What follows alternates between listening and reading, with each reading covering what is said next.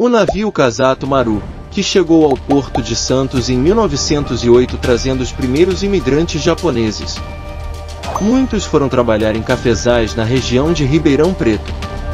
Após cumprirem contratos de trabalho, um grupo se deslocou para o interior, e foi aí que começaram a chegar em Araçatuba, atraídos pela Companhia de Terras São Paulo. No episódio de hoje vamos mergulhar em uma história de raízes profundas. Recebemos o Sr. Takashi Kato no podcast do Enéas, o Podnéias. Assista a entrevista completa em nosso canal no YouTube. Olá, seja muito bem-vindo ao Podnéias, o podcast do Enéas. O podcast que dá voz à alma da experiência. No episódio de hoje vamos mergulhar em uma história de raízes profundas. Recebemos desta feita o Sr. Takashi Kato, conselheiro e ex-presidente da Associação Cultural Nipo-Brasileira.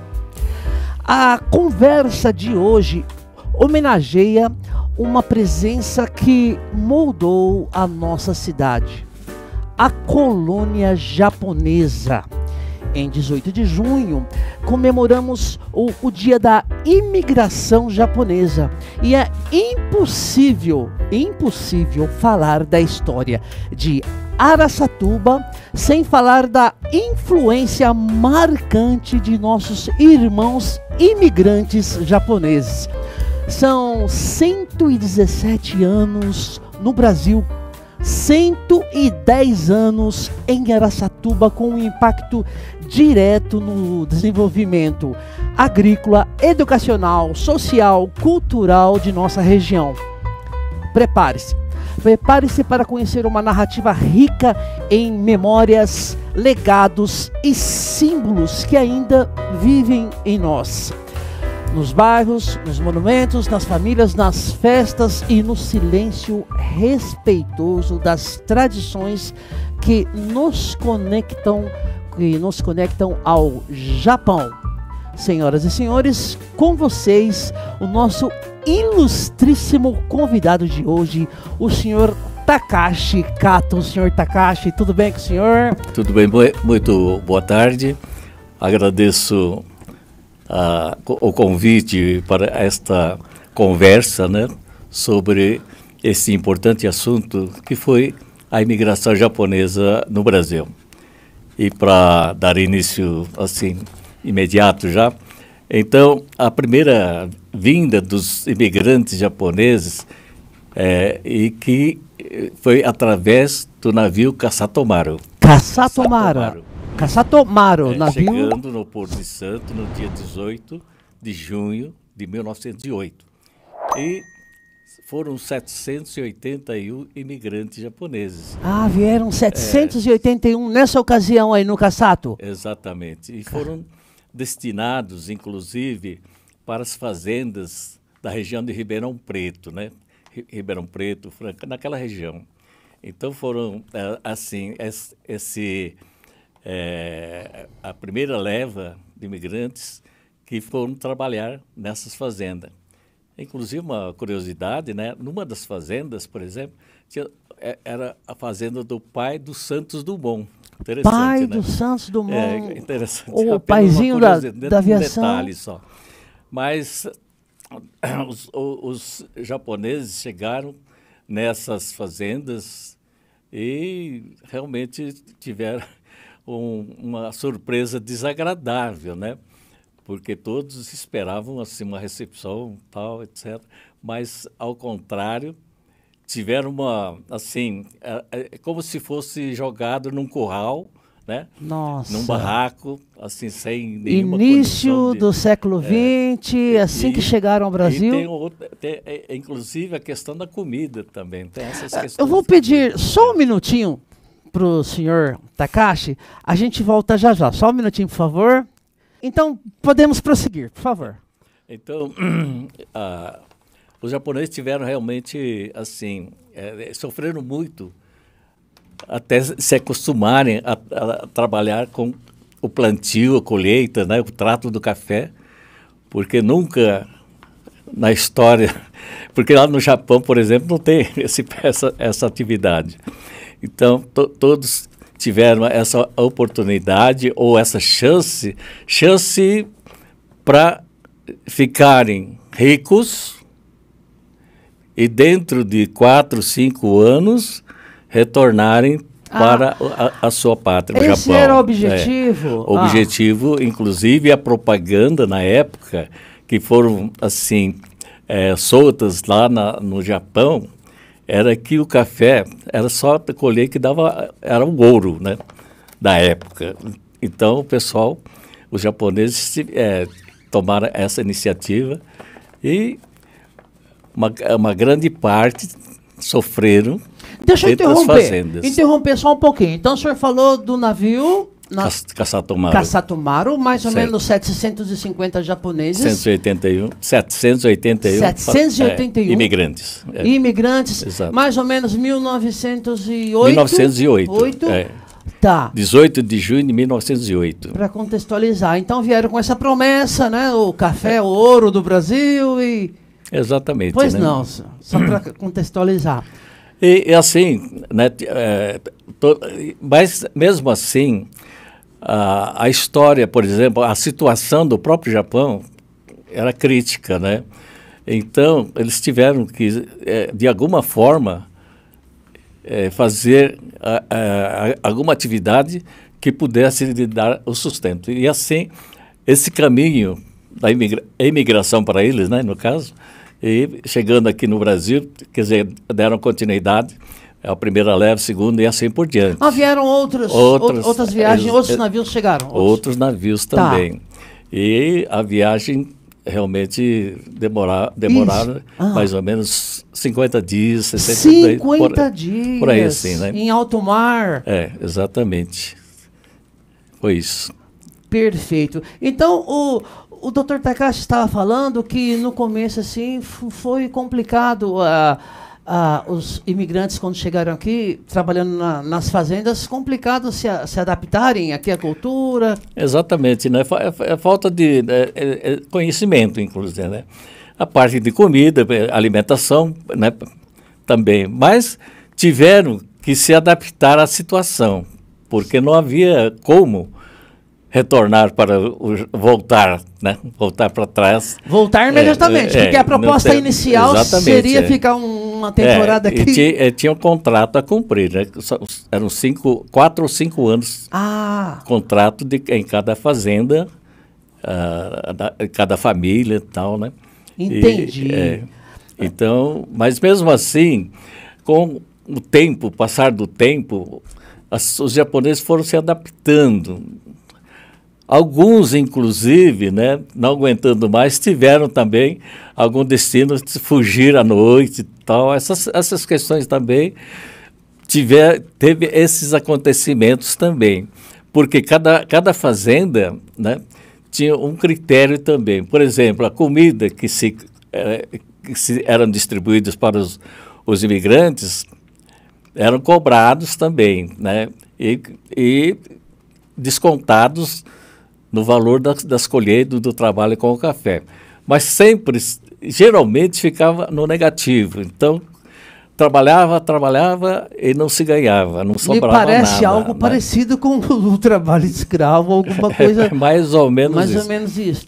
E uma grande parte dos imigrantes sofrendo essa situação.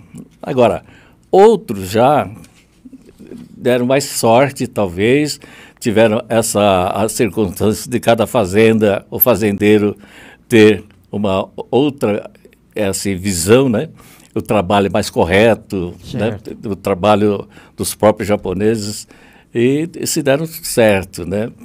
E assim, muitos imigrantes começaram lá, e depois do trato terminado, né? Com os 4, 5 anos, então muitos continuaram no mesmo lugar. E outros começaram a sair, tomarem outro destino, né? E quando... Voltar para o Japão não houve esse retorno. Não teve essa chance porque a realidade, quer dizer, teria que teria que acumular uma riqueza para o retorno. E não era possível nessa dinâmica não aí de pagar o que a estadia, a comida. Por que eu tenho anotado aqui fazendas em Ribeirão Preto? Muitos imigrantes de Santos do Porto já foram para Ribeirão. Como é que é? Qual a importância das fazendas de café de Ribeirão? Exatamente, né? Esses imigrantes, aliás, todos os imigrantes, sim, chegando em Santos, por exemplo, passavam primeiramente, né, na casa do imigrante de São Paulo, né?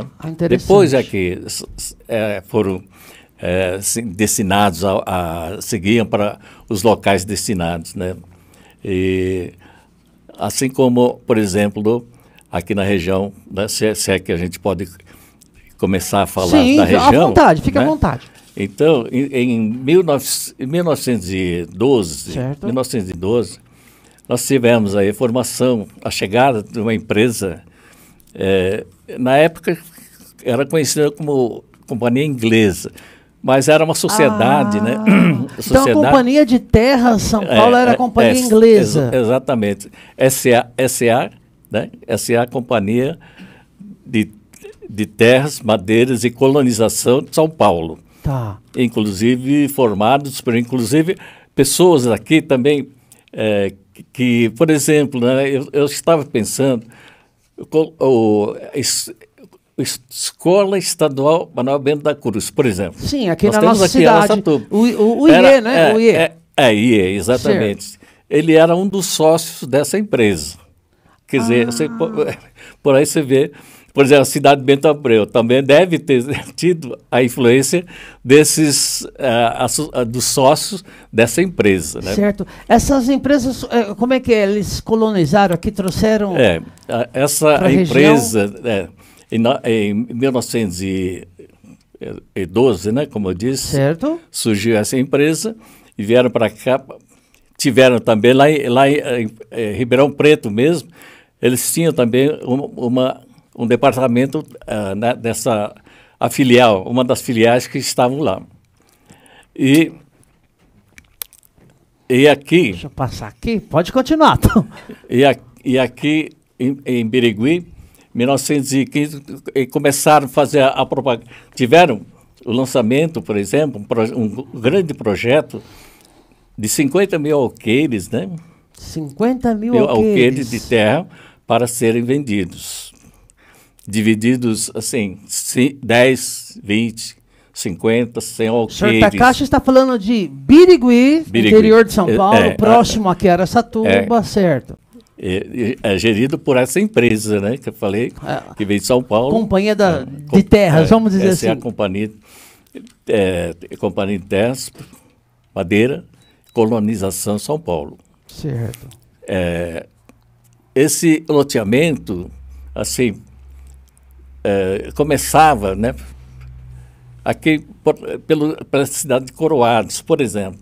Imaginava Rio Tietê, ia até Valparaíso, né? Também seguia para frente, rodeava, ia para hoje Bilac. Uma região muito grande. Grande. Bilac, dava a volta e tal. Eu já ouviu falar de Córrego Elísio?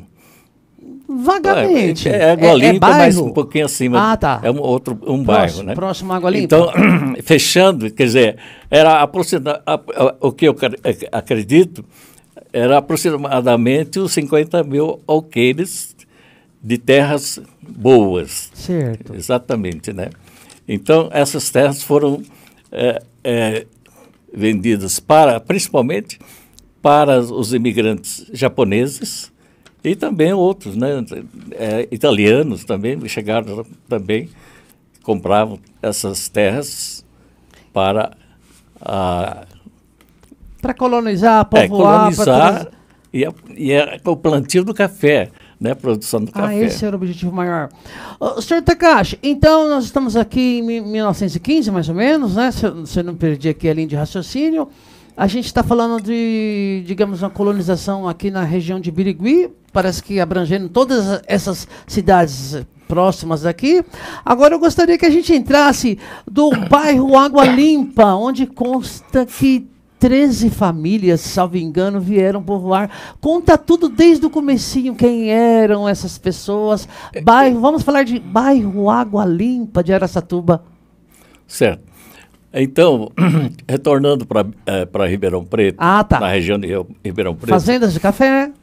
Então tinha a família Ugino. Ugino. Família Ugino. Então, ele tinha completado o seu contrato lá e tinha ouvido falar que nessa região noroeste, aqui, região de Araçatuba, né, tinha essa empresa que estava vendendo terras boas e baratas. Perfeito. Aí um amigo dele lá em Ribeirão Preto avisou que, olha, aqui em Ribeirão Preto tem esse escritório também da mesma empresa. Aí ele esteve lá.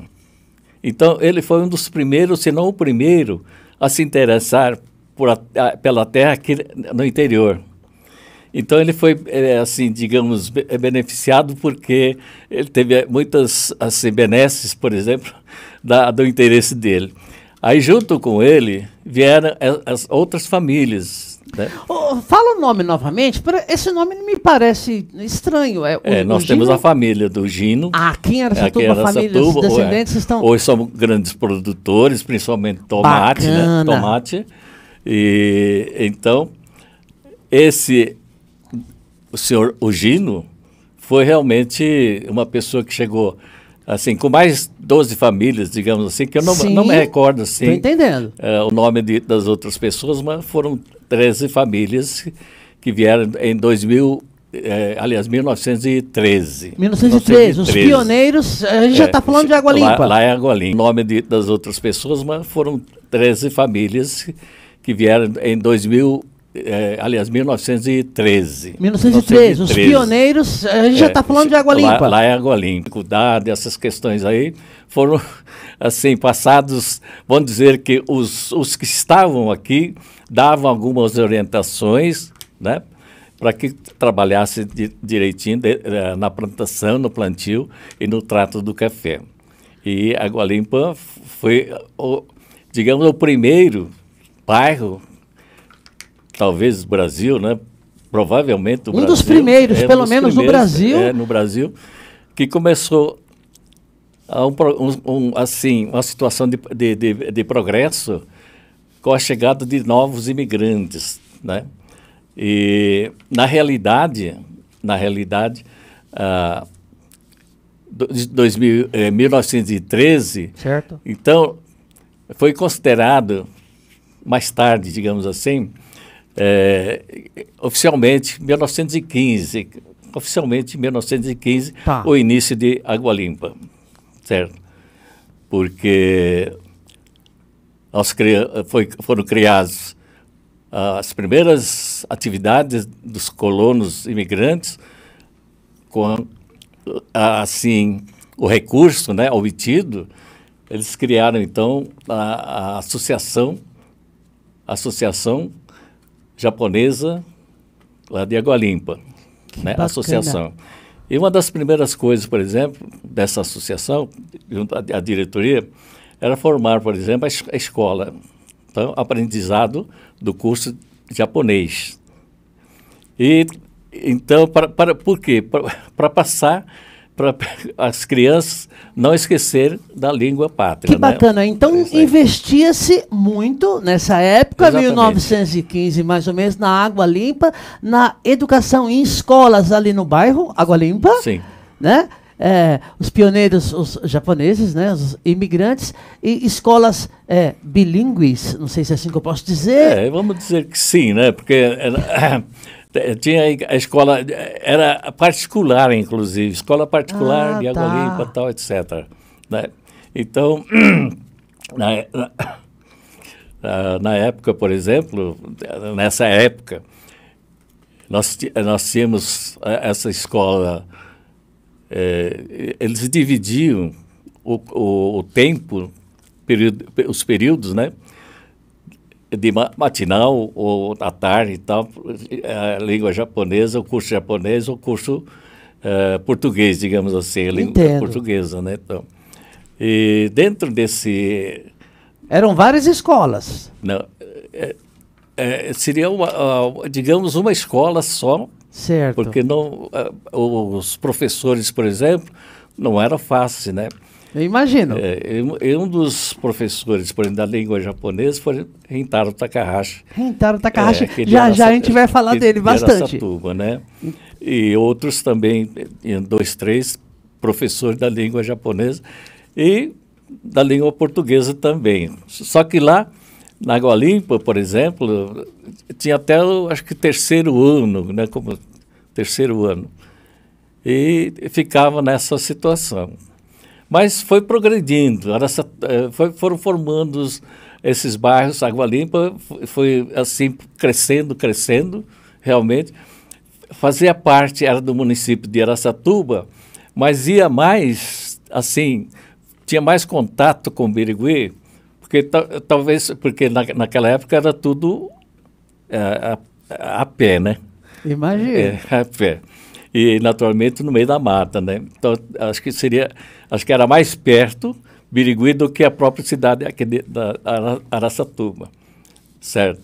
Então, por isso que, inclusive, a associação, nós tinha lá, formava, então, a Associação da Colônia Japonesa de Água Limpa, e depois também começaram os jovens, filhos dos imigrantes, também criaram as suas associações para a prática de atividades culturais, esportivas, e juntamente com as próprias, assim, as moças, né, os rapazes, tal, etc. Então, e foi um progresso, foi progredindo cada vez mais.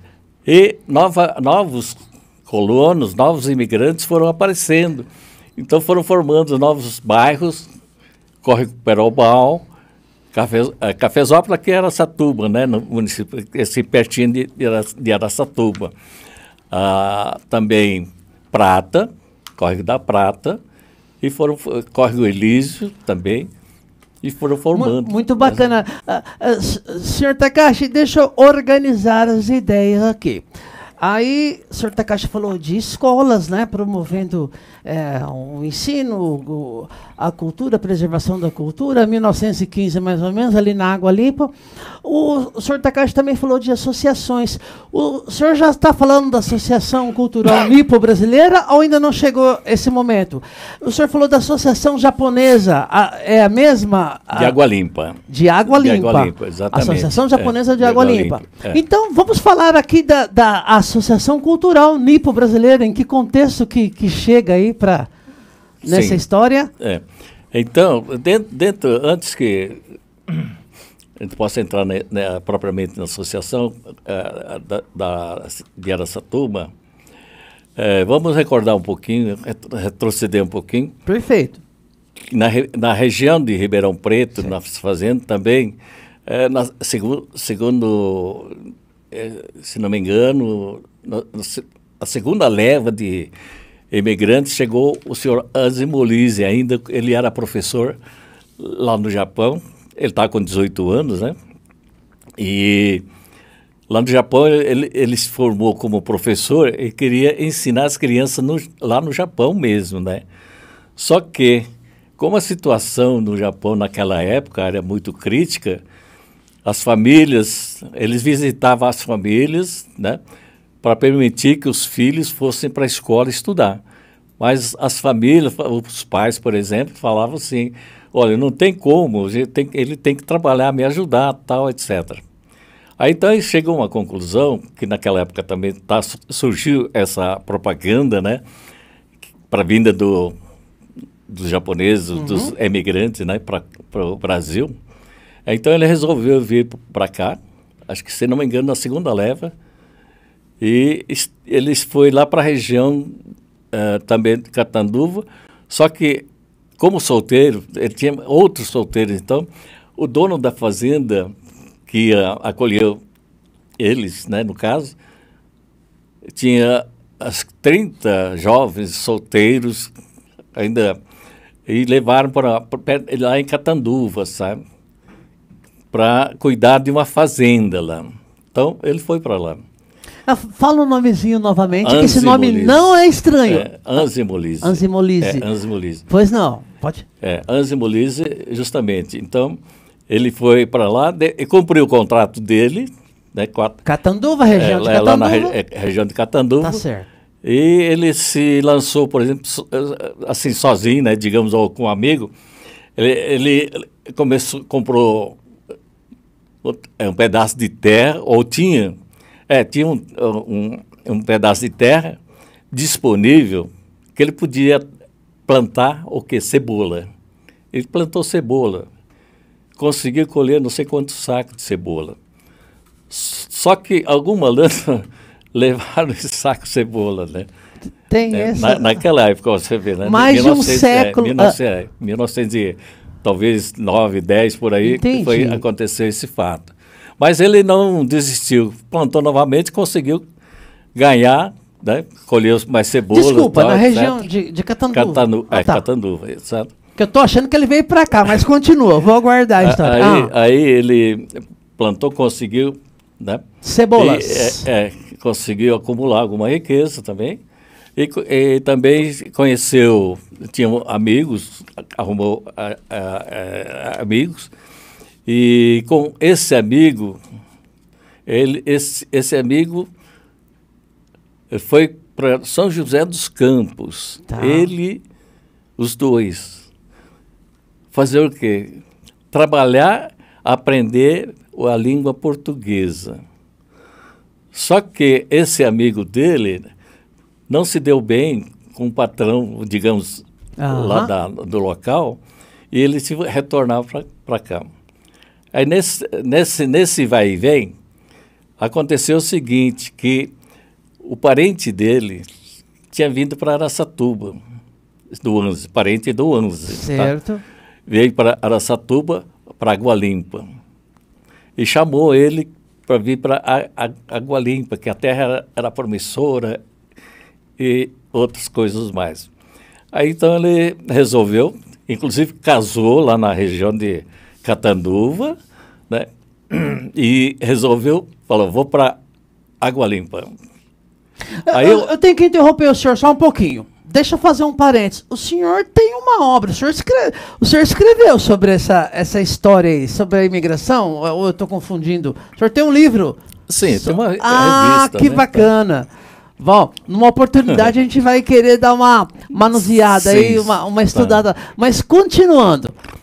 Então, quando ele veio, ele teve a intenção de vir aqui para essa Água região, Limpa. Água Limpa, e para Araçatuba, A no convite caso, do... né? Qual que é o nome do amigo, da família?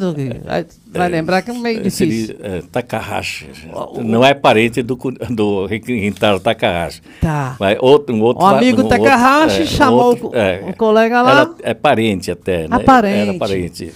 E, então, quando ele demonstrou a intenção de vir para esta região, Araçatuba, Água Limpa, no caso, o amigo dele falou assim, olha, por que você não leva uma máquina de fazer gasosa, Guaraná,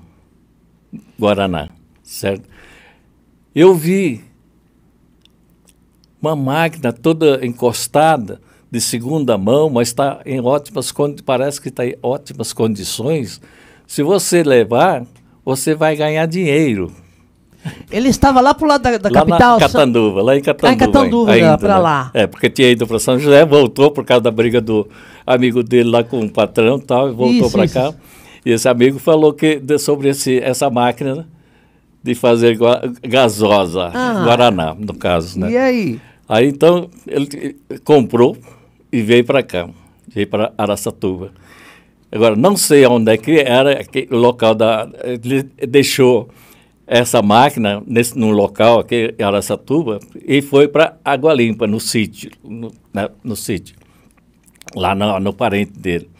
E ele viu lá, realmente trabalhou. Só que o parente dele, ele expandiu demais, era comprador, abriu na época, falava assim, o armazém, na época falava venda. venda, era entre aspas, armazém.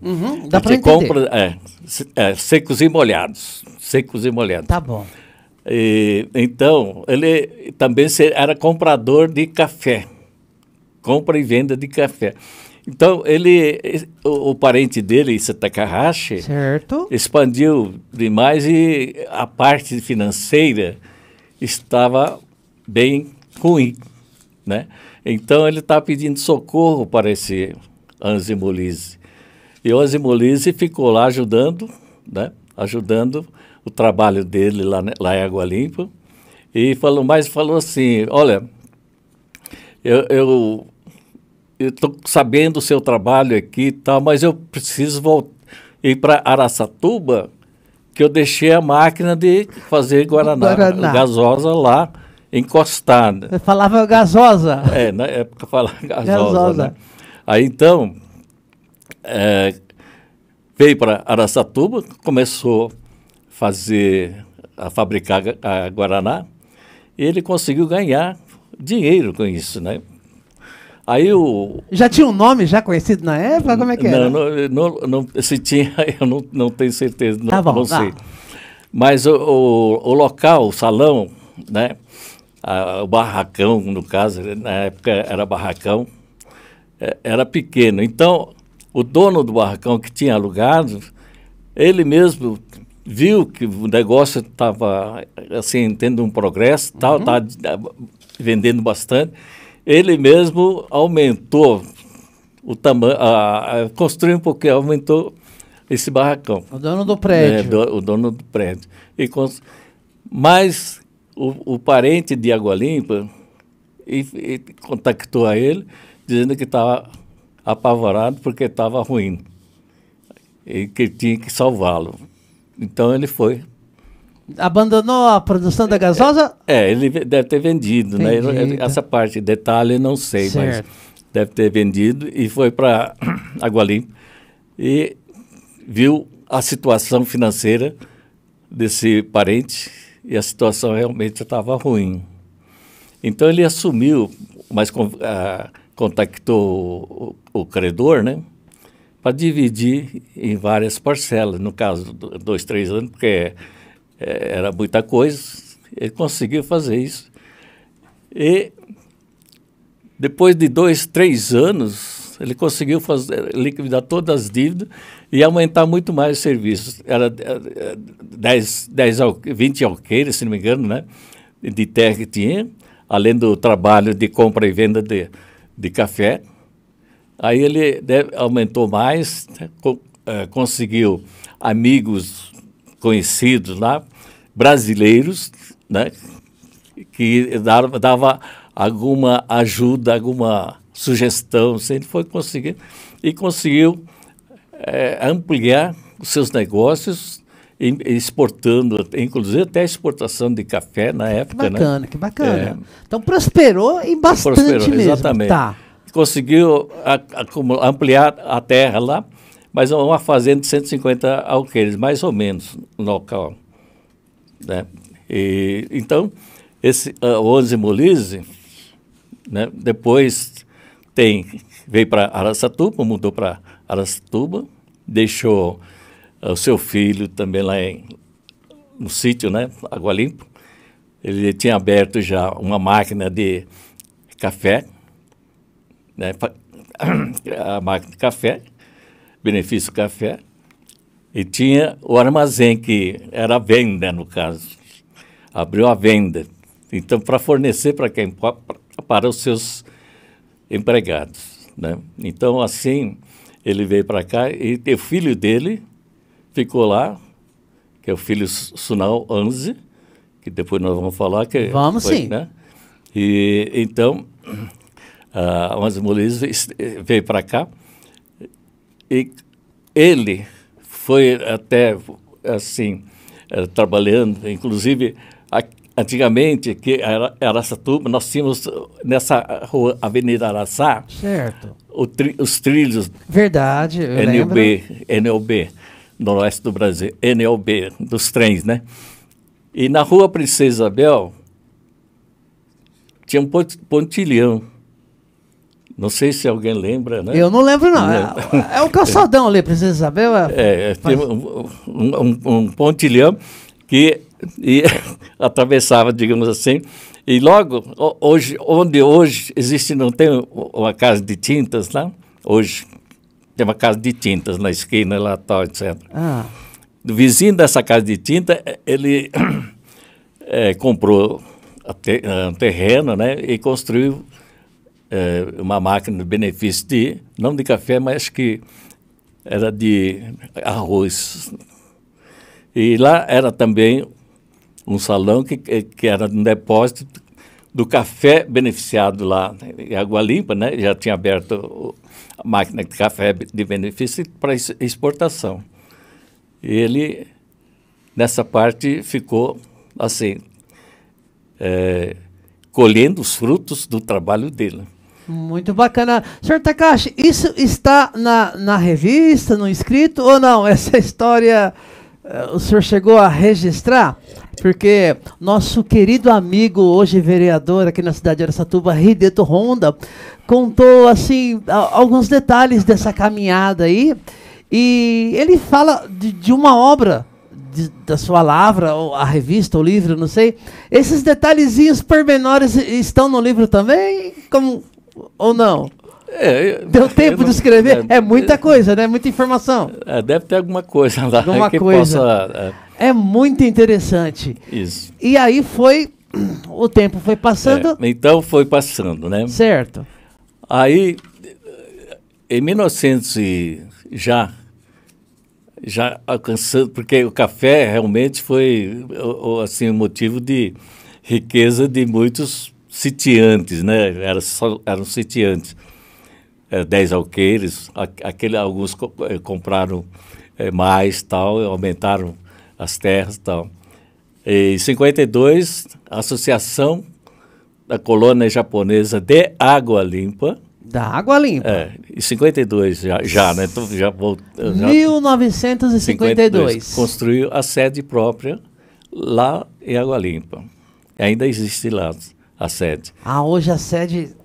Isso, exatamente. Está lá ainda. Aí, perto da escola? É próxima à escola lá? Que é próxima à escola. A gente se encontrou no evento, tá. 200 metros, né? Isso. Aí, por exemplo, com o tempo, né? As pessoas que tinham essa atividade lá no bairro, com café, essas coisas, começaram a mudar para Araçatuba, para a cidade. Né? Então, tem deles, por exemplo, né, Tsushiro Sato, por exemplo, Casa Sato, Tsushiro Sato foi presidente também da associação. Da associação lá da Água Limpa. Akira Matsumoto, ele veio para a cidade, abriu um bazar, que ainda existe bazar lá na esquina da Princesa Isabel. Aí teve uma nova migração, desta feita da zona rural para... Teve outros... eu tô dando esses dados... Sim. Porque a Associação Cultural Nipo-Brasileira de Araçatuba, que foi fundada em 1928, foram fundados por outras pessoas imigrantes que vieram diretamente para Araçatuba. Dessas pessoas eu não tenho, assim, um relato, assim, realmente não tenho um relato. Mas essas pessoas, Tsushiro Sato, Akira Matsumoto, tem Ohara também, se não me engano,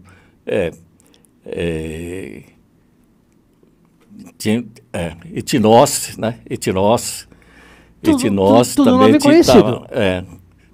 E vieram tudo para a cidade e foram também os sucessores dessa associação que foram criados por essas primeiras pessoas. Uma dessas pessoas que eu consegui, Dr. Kayan, não sei quem é Dr. Kayan, mas era uma das pessoas que ajudou a formar, a criar, a fundar essa associação Nipo Brasileira. Que bacana. Senhor Takashi, preciso interromper novamente. onde entra aí o senhor Takashi Kato aí nesse contexto. Desculpe, de que ano que o senhor é? A tua família também está inserida Sim. em seus ascendentes? Sim. Minha família, meus pais chegaram em Santos, não como... Porque tinha os imigrantes, na época, recebiam subsídios, né? Na época. Subsídios para auxílio de viagem e tal, etc. Meu pai, pelo menos, veio assim, independente. Então, ele chegou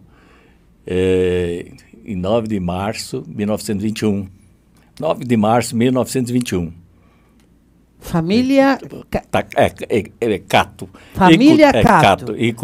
Meu pai, Ikutaro Cato. Ikutaro Tako. Cato, isso. 1921. 21. Chegou aqui no Exato. Brasil.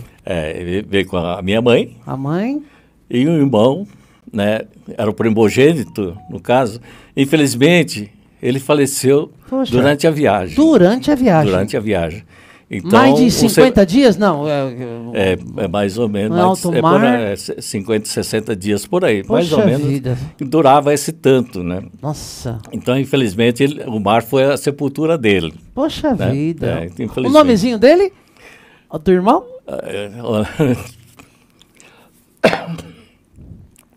O nome dele esqueci. Deu branco aqui. Não tem problema. Então veio papai, mamãe, o irmãozinho. Estava com 2 anos e meio. 2 aninhos. 2 anos e meio. Poxa vida, e 60 dias quase em alto mar. Não deve ter sido brincadeira. Apesar de que, assim, a atividade durante a viagem, os japoneses faziam as atividades de lazer, brincadeira, dentro do próprio navio, né? Então, para dar uma aliviada aí. Exatamente, né? Isso. Então, meu pai chegou, veio para o Brasil, nessa data que eu falei. Março de 1921. 1921. 9 de março de 1921. E já tinha conhecido, ele é da província de Hiroshima. Hiroshima? E tinha conhecido já as pessoas imigrantes que já estavam aqui no bairro Água Limpa. Tá bom. Então, ele foi lá numa dessas famílias conhecidas. Ficou lá, com um contrato, né, para cuidar do café e tal. Meu pai ficou 8 anos, se não me engano, 8 anos. E depois ele adquiriu 2 terrenos aqui na região de Mirandópolis, sabe? Conheço. Tem um local chamado, hoje não sei se ainda é, Luçanvira. Luçanvira. Luçanvira. Eram 2 terrenos. Só que ele foi lá, na época que ele tinha condições que terminou o contrato com os amigos dele conhecidos, foi lá tomar posse, né? E, infelizmente, encontrou já alguém que já tinha tomado posse. Ele não sabia falar nada, né? Então, perdeu. Parece que aconteceu isso, né? Então o senhor Takashi é brasileiro? O senhor Takashi sim, eu sou Nisei, segunda geração. Nisei. Segunda geração, tá. Issei, primeira geração. Senhor Takashi, a origem dos seus pais, você falou, é Hiroshima? Hiroshima. Foi onde que caiu a bomba na Segunda Guerra? Exatamente. Poxa vida, deixou familiares lá? Parentes lá. Parentes lá? Isso. Poxa vida. Então, aqui em Brasil, papai foi a Mirandópolis. E aí, infelizmente, o que podia fazer? Não tinha condições de algum diálogo ou alguma coisa. Então, veio para Água Limpa, na região de Mirandópolis, Aliança, naquela região, veio para cá. E, na época, o Anzi Molise, que tinha construído a máquina de benefício do café, estava adotando, quer dizer, admitindo trabalhadores para essa máquina. E meu pai aceitou. Ele foi maquinista. Que bacana. Maquinista. Sofreu bastante. Imagina. Infelizmente, sofreu bastante. Muito suor e lágrimas aí na história aí da imigração. Trabalhou 12, né? 12 horas praticamente, né? Só que para começar a movimentação das caldeiras, na época, tinha que ter o quê? Palha do próprio café, que estava lá fora, né? Então, ele tinha que pegar, não tem um balaio, né? Balaio, aquela, inclusive acho que é feito de bambu, né? Tá. Mas, acho que aí, sim. Então, ele coletava lá fora, põe nas costas e jogava nas caldeiras. Isso Gente, piora. sofrido, piora. Ele acordava 3 horas, 3h30, né? 4 horas já está trabalhando. E por que tinha que fazer isso? 6 horas em ponto tinha que apitar. Porque tinha um fiscal que ficava olhando no relógio para dar certinho. Então ele tinha que estar. Agora, à tarde, na hora do almoço também tinha que apitar. E à tarde, 6 horas, tinha que apitar. E para guardar as coisas, tal, etc., demorava também. Então ele ia para casa, que era 8 horas, 9 horas, mais ou menos. Eu não via ele, praticamente. Né? Ia para a escola. Então, de trabalho eu nasci lá. E, então foi... Que ano que o senhor... Eu sou de 1937. 37. O senhor Takashi, pelo avançado... Pois não. 88 anos. 88 anos, isso. Que maravilha. Olha, pelo avançado aqui da hora, vamos assim correr um pouquinho mais aqui nas perguntas. Maravilhosa história, imprescindível para a gente contextualizar, entender um pouquinho mais dessa história fantástica da imigração dos japoneses, né? Aqui especificamente na nossa região de Araçatuba, interior de São Paulo. Vamos falar um pouquinho, me parece que o senhor falou que é de 1928, da Associação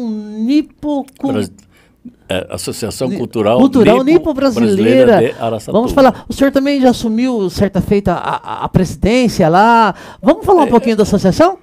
Eu tive essa chance, a oportunidade, né, de... Que ano que foi? Que ano? 2007, 2008. 2007, 2008. 2008 foi o ano do centenário da imigração japonesa no Brasil, né? Então nós tivemos aí a festa... A programação inclusive coincidiu com a festa do centenário de Araçatuba. Tá. O centenário de Araçatuba. Então, na época, o prefeito Maluli Neto certo. Fez a comissão e um dos diretores lá da Unisalesiano, esqueci o nome. Tá, uma escola aqui em Araçatuba, Unisalesiano. Hoje é medicina, né? Medicina muito famosa, conceituada no Brasil. O presidente foi esse diretor do Unisalesiano. Me esqueço, me deu branco o nome dele. Sem problema, muita informação. Mas até o Maluli Neto foi muito a homenagem para a colônia japonesa. Sim. Ele mandou construir aquele... Monumento, não? Torii chama. Torii que fala? Torii, exatamente, Torii. O Torii, ele fica numa praça? Na rotatória... Na rotatória da Araçá, né? Da Avenida Araçá? Enfim, em Araçatuba. É o monumento Torii que fala e jardim japonês. Torii é aquele portal, né? Um portal? No Japão, quer dizer, é um portal sagrado, digamos assim. Que bacana, né? Que bacana. Então, no Japão, por exemplo, existem esses portais, digamos assim, principalmente em templos, né? Então, muito bacana. Que bacana. Então... E aqui nós fizemos, então, em 2008... 2008? Essa festa, comemoração do centenário. Centenário. E, além dessa atividade, né, importante, uma lembrança dos 100 anos que o prefeito Maluli ofereceu em homenagem à colônia, né? Nós fizemos também dentro da própria associação, assim, fazendo a homenagem para os próprios associados, né, concedendo diplomas para as pessoas assim mais idosas aqui de Araçatuba. Muito bacana. A gente também tem alguma homenagem aos japoneses na principal praça pública em Araçatuba, tem jardim. Em 1958. Rui Barbosa, Praça Rui Barbosa. Praça Rui Barbosa. Em 1958, no cinquentenário, né? Cinquentenário da imigração japonesa. A Associação Cultural Brasileira de Araçatuba, através da sua diretoria, né? Mandou colocar aquele monumento lá no centro. Lá na praça? Lá na praça. Bacana. Né? Em 58. 58. Em 1970, já estou adiantando. Não, vamos lá. Em 70, Tsushiro Sato, na presidência, mandou fazer aquele jardim japonês lá, na praça mesmo, lá na praça mesmo. Que bacana. Então tá lá para representando lá a cultura, a tradição, nossos imigrantes japoneses. Então vamos falar um pouquinho agora. Quem foi Rintaro? Rintaro Takahashi? Legado? Rintaro Takahashi? Rintaro Takahashi foi, né, uma pessoa assim muito importante na vida cultural, principalmente, né, de Araçatuba e até Mato Grosso. Inclusive ele foi professor lá em Campo Grande, né? Bacana. Campo Grande. Ele foi homenageado também lá. E também gostava também das atividades, fazer a coletânea de peças indígenas. Ele foi colecionador e organizou algum museu nesse sentido? Isso, mas ele foi professor, como eu disse, né? Ele era professor também em Água Limpa, né, na época. Na época, ele foi professor também. Pera lá. Na época, nós estamos... na época, 1930, lá no comecinho? Exatamente. Isso, por aí? Tá. E então, depois ele veio para Araçatuba. Tá.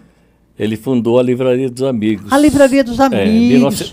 Se não me engano, 1935. Ela existe, a livraria? Existe. Era no calçadão, não? Era no calçadão. No calçadão. Da Marechal Deodoro? Ou não é mais ali? Tem calçadão, tem lá na Marcelo Dias. Tá, Livraria dos Amigos. Então, da família Takahashi. Rintaro Takahashi. E quem sucedeu foi o filho Kunio Takahashi. Certo. Né? Kunio Takahashi também foi uma pessoa, inclusive presidente também do NIPO, né? Em 2006 e 2007. Aliás, 2005 e 2006. O filho do senhor Rintaro? Kunio Takahashi. Infelizmente, hoje ele está assim, ele teve um acidente, né? Teve um problema, então, infelizmente, hoje está inativo, né? Então, se afastou dessas... É uma pena, porque ele era uma pessoa assim, muito ativa, que conheci, eu aprendi muito com ele também. Maravilha. Né? Uma pessoa muito importante aí na cultura. Exatamente. Então, a Livraria dos Amigos, 35, você pode... De que ano que é a livraria? 35, né? É de 35 a livraria? Então, hoje faz 90 anos. Faz bastante tempo, hein? Se me engano, eu estou rindo na matemática aqui. 90 anos, a Livraria dos Amigos. 70, então, quem sucedeu foi o Kunio Takahashi, e depois quem sucedeu hoje a Livraria dos Amigos é a filha, né? Terceira... Luciana, inclusive ela é muito ativa também, é membro do Lions Clube de Araçatuba, ela foi presidente aqui local, governadora também. Que bacana. Né, como fala? É Lucila? Luciana. Luciana Takahashi? Takahashi Yokoyama. Um beijo para ela. Fica o convite para ela vir gravar conosco. Infelizmente, o marido, né, Yokoyama, Adriano Yokoyama, infelizmente também faleceu. Bacana. É uma pessoa bacana toda essa bastante história ativa, aí. Né? Tem que então ser homenageado, essa, pessoal. um legado do pai, né? O Rintaro Takahashi foi também presidente do NIPO, né? Ele construiu também esse prédio da associação. O prédio atual da Associação Cultural? Atual, prédio atual da associação. Ali leva o nome dele, não, né? A rua, alguma coisa? A Rintaro Takahashi, aquela rua da frente. Que, assim, a rua da associação leva o nome do senhor. Antônio Florencio, e aquela que passa de frente do ginásio também, é aquela rua Rintaro Takahashi. Então foi um personagem que marcou a história.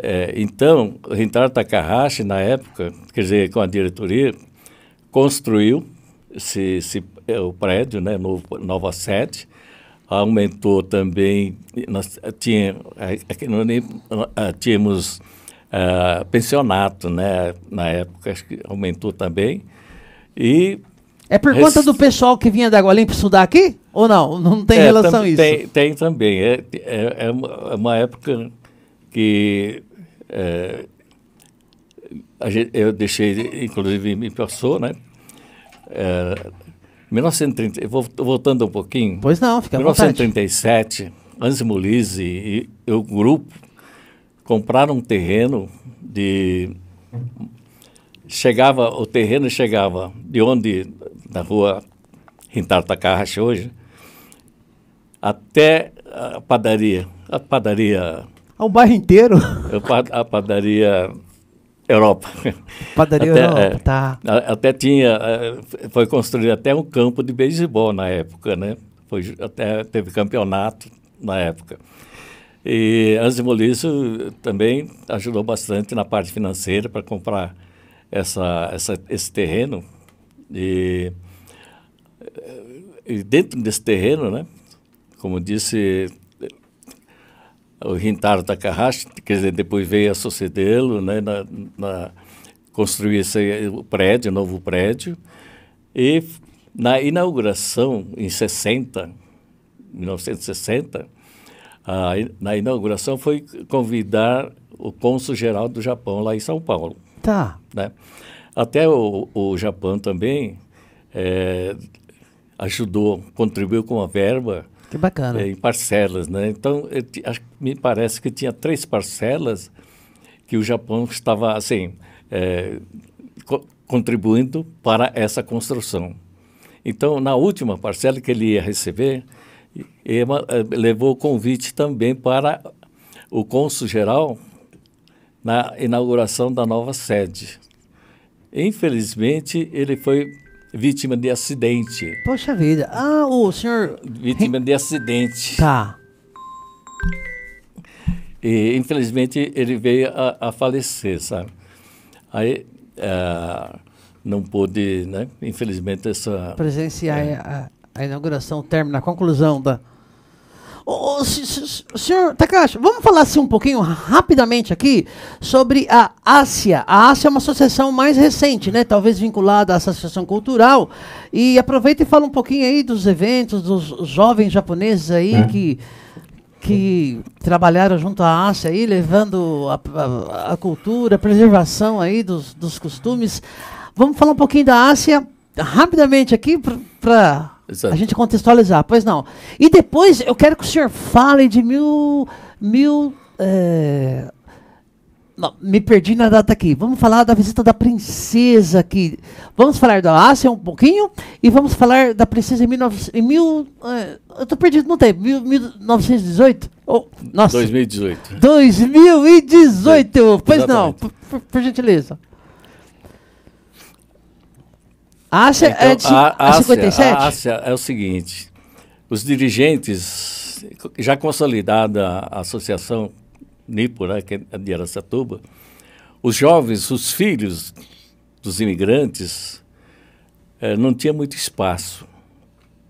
Então, prática do quê? Do esporte, inclusive, lazer, seria, né, baile, carnaval, não tinha. Então, eles, liderado pelo filho do Anzi Molise, Sunao Anzi, né? Entendi. eles fundaram a Associação Recreativa Esportiva de Araçatuba, a área. Área, certo. E justamente, né, na feitura do estatuto da área, junto com eles tínhamos os irmãos Stort. Não me lembro, dois irmãos Stort, e acho que eles eram comerciantes lá na praça, né? E eles eram da diretoria, fazia diretoria do Araçatuba Clube. Lembra do Araçatuba Clube? Sim, com né? certeza. Marcou então, época. Então, eles conseguiram uma cópia do estatuto da associação do Araçatuba Clube e ofereceram aqui ajudaram para fazer o estatuto da área. E assim nasceu essa associação, a entidade que hoje leva o nome de Ásia.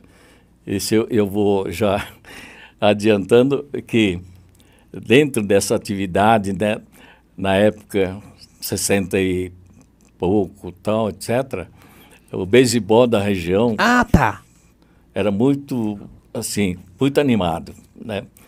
Muito competitivo, muito vencedor, não é isso? Eu vi fotos. Exatamente isso. Então, o presidente da AS, na época... O senhor jogava também? Não, jogador? Não, apenas dirigi.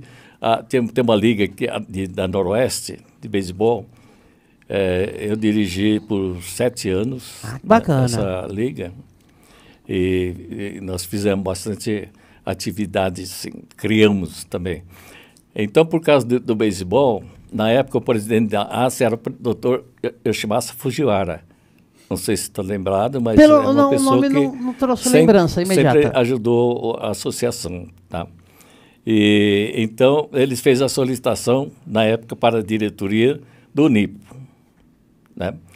E fez essa solicitação, e a condição, por exemplo, da diretoria do NIPO era a seguinte: que a área fizesse a fusão com o Centro Juventude, uma outra entidade Nikkei, Nikkei, que eu digo descendente japonês, nós descendentes japoneses, que era uma outra associação, Centro Juventude Nova Brasileira.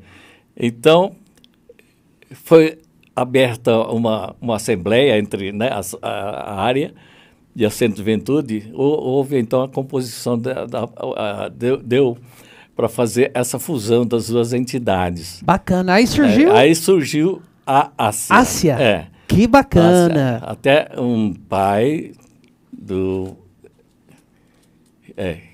o pai de um dos associados lá da Centro Juventude, houve até um concurso para esse nome. Então surgiu a Associação Cultural Esportiva de Araçatuba. E levou alguns prêmios e tal. Beisebol, eventos sociais dos mais diversos. Imóvel de mais ou menos 2,5 alqueires, 60 mil metros quadrados, né? 6 hectares, né? Mais ou menos, né? Que é a gleba da Ásia, recebeu da Associação Nipo Brasileira, assim, para incorporar no estatuto, no Clube Ásia.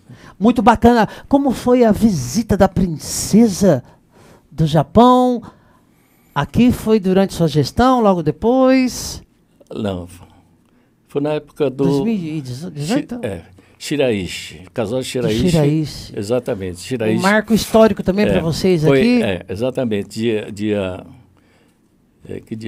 22 de julho, se não me engano. Certo. Dia 22 de julho de 2018.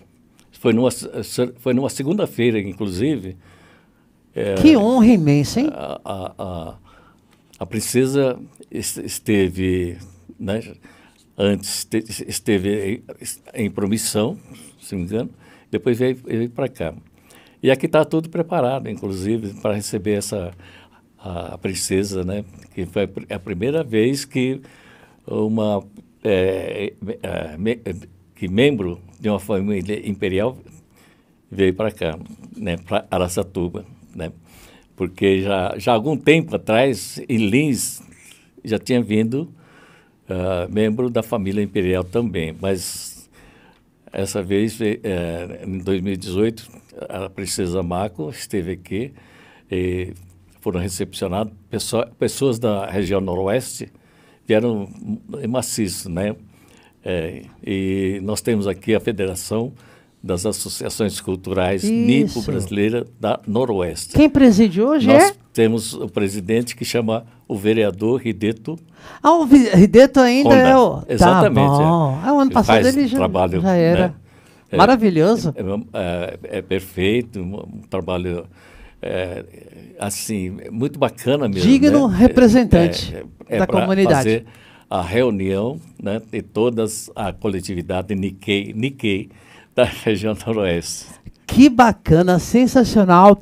Novamente, muito grato mesmo pela sua presença. Se quiser deixar as considerações finais. Antes, Bom Odore, esse ano já foi. Temos Bom Odore, essa festa cultural aqui em Araçatuba, nesse ano de 2025 ainda. Fala um pouquinho do Bom Odore e deixe suas considerações para a gente. Exatamente, né? O Bom Odore também foi, assim, através dessas federação da Ásia, também. Eu vou dizer apenas fazer um detalhe. Sim. A federação surgiu para um apaziguamento da região da coletividade japonesa, assim, da Noroeste, que, por exemplo, é por causa da guerra que houve, a derrota do Japão, tá? Então surgiu a derrota do Japão na época, teve aqueles que aceitaram. Quem conhecia, que no Anzimuliz já imediatamente tinha muito conhecimento, né? O relacionamento na época mesmo tinha, mas outros não aceitavam que o Japão tinha sido derrotado, tá?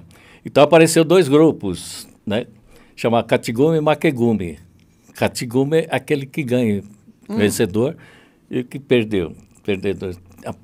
Então, todas as reuniões, nas associações, sempre aparecia essa circunstância, um grupo dos vencedores, outro grupo dos perdedores. E havia uma disputa. Não, ficava um constrangimento. Um ambiente muito constrangedor e tal. Aí, então, em 55, lá na ASE, hoje nós temos um prédio, sede nova. Sede própria, Ásia, Araçatuba. É uma casa, um casebre e tal, digamos assim, tinha uma casa do zelador lá e umas salas assim para colocarem ferramentas, alguma coisa lá, materiais de esporte e tal, etc. Então foi feito lá um churrasco, convidando todas as pessoas da região noroeste, né? Todos mesmo, inclusive o cônsul-geral do Japão esteve também presente. Isso, juntamente, na época, o professor Rintaro Takahashi, né? Exatamente. Então, houve pelo menos, aparentemente, houve esse apaziguamento. Foi aí que foi criado a federação? Foi criado logo depois a federação. Legal. Né? E o Bom Odore, né, é a realização desse ano, vai ser 57º ano da realização dessa festa maravilhosa. Bom Odore. Hoje nós temos a primeira mulher presidente da associação. Que bacana. Chama Elizabeth Matsui, né? Tá trabalhando muito Elizabeth. bem. Trabalha muito bem. Sim. E ela vai estar correspondendo com as expectativas, né, da associação. Já é maravilhosa, a festa vai ficar ainda melhor exatamente, isso aí. Que bacana.